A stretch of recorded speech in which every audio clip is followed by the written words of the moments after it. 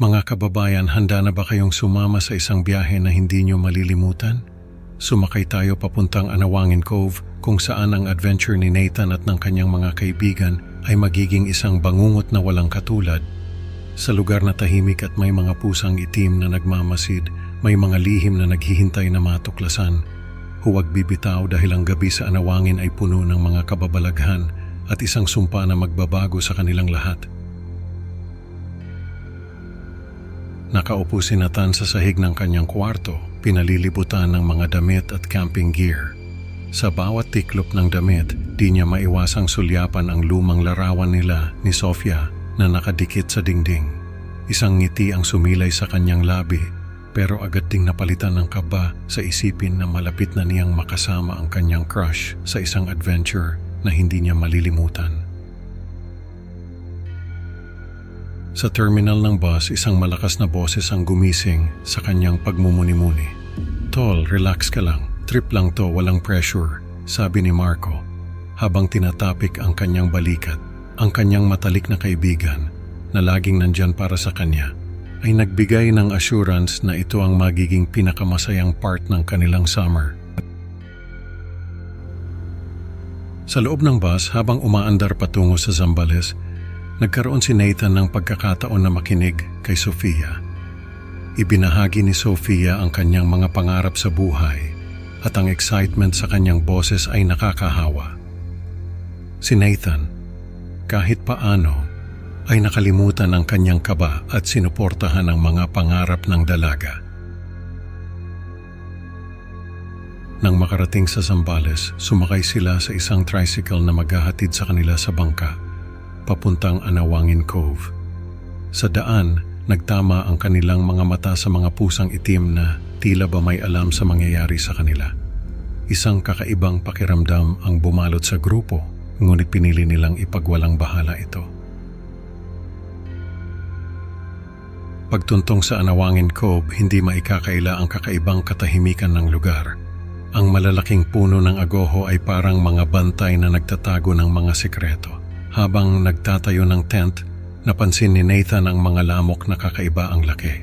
Hindi niya maiwasang isipin na may kakaiba sa lugar na iyon. Sa gabi, nagtipon ng barkada sa paligid ng apoy. Ang soju at inihaw na liempo ay nagpasarap sa kanilang kwentuhan sa ilalim ng mga bituin. Pero nang magsimula si Carla magkuwento ng mga alamat ng Anawangin, nagbago ang mood. Mga kwento tungkol sa mga diwata at maligno na nanghuhuli ng mga kaluluwa sa gabi. Unti-unting bumalot sa kanila ang takot. Ang bawat salita ni Carla ay tila bumubuhay sa mga alamat at ang simpleng camping trip ay nagkaroon ng bagong dimensyon ng misteryo. Ano kaya ang naghihintay sa kanila sa dilim ng gabi? Ang mga mata nila ay nagtatanong. At ang mga anino sa paligid ay tila sumasagot sa hindi malirip na paraan. Gabi ng kababalaghan. Nagsimula ang gabi ng tawanan at asaran habang naglalaro ang barkada ng bunutan ng dayami. "Sige na, Sofia, ikaw na," sigaw ng isa sa kanila. Tila ba may premonisyon na tahimik lang si Sofia habang hinihila ang dayami. Nang makita niyang siya ang may pinakamaikling dayami, napalitan ang kanyang ngiti ng pag-aalala. "Ay, bad trip naman," bulong niya. Nakita ni Nathan ang pag-aalala sa mukha ni Sofia at agad itong kumilos. Ako na lang ang matutulog sa labas," alok niya, na may halong kabayanihan at kaba. Hindi niya alam na ang simpleng desisyong ito ang magiging simula ng isang bangungot na hindi niya inaasahan. Sa kalaliman ng gabi, habang ang iba ay mahimbing na natutulog, si Nathan ay nagising sa isang masamang panaginip. Nakita niya ang sarili bilang isang halimaw, naglalakad sa ilalim ng buwan, hinahabol ang mga kaluluwang naliligaw sa kagubatan ng Anawangin. Sa bawat kagat niya sa kanilang laman, nadarama niya ang kakaibang lakas na dumadaloy sa kanyang mga ugat. Ang kanyang mga mata ay nag-aapoy at ang kanyang mga ngipin ay kasing talas ng mga sibat. Habang lumalim ang kanyang panaginip, lalo siyang nagiging mabangis. Ang bawat hininga niya ay puno ng kasakiman at pagnanasa sa kapangyarihan. Ang takot na kanyang nadarama ay napalitan ng isang kakaibang kasiyahan sa pagdulot ng lagim. Ang gabi ay nagwakas sa isang tahimik na hudyat ng paparating na panganib. Ano nga ba ang naghihintay kay Nathan paggising niya mula sa bangungot na ito? Simula ng pagbabago. Nang magising si Nathan kinabukasan, agad niyang naramdaman ang bigat sa kanyang ulo at ang kirot ng isang kagat sa kanyang binti. Tiningnan niya ito at nakita ang itim na mga ugat na tila kumakalat mula sa sugat. Ano to? Bakit may mga ugat? Bulong niya sa sarili habang pinipilit alalahanin ang nangyari kagabi. Sa kanilang pag-hike patungo sa Pundakwit, nadapa si Nathan at doon niya nadiskubre ang isang lumang bote ng alak at isang anting-anting na nakabaon sa lupa. Agad niyang kinuha ang mga ito at itinago sa kanyang bulsa. Hindi niya alam kung bakit pero pakiramdam niya ay kailangan niya itong proteksyon. Habang tumatagal, lalo lang lumalala ang pakiramdam ni Nathan. Lihim niyang ginamot ang kanyang kagat gamit ang mga dahon at lupa na kanyang natagpuan, umaasa na ito'y mawawala.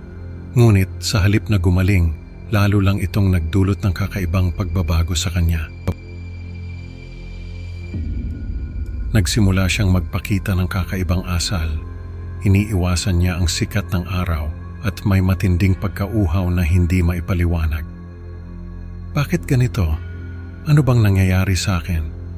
Tanong niya sa sarili habang nakatago sa lilim. Pinagmamasdan ng kanyang mga kaibigan na masayang naglalakad sa liwanag ng araw.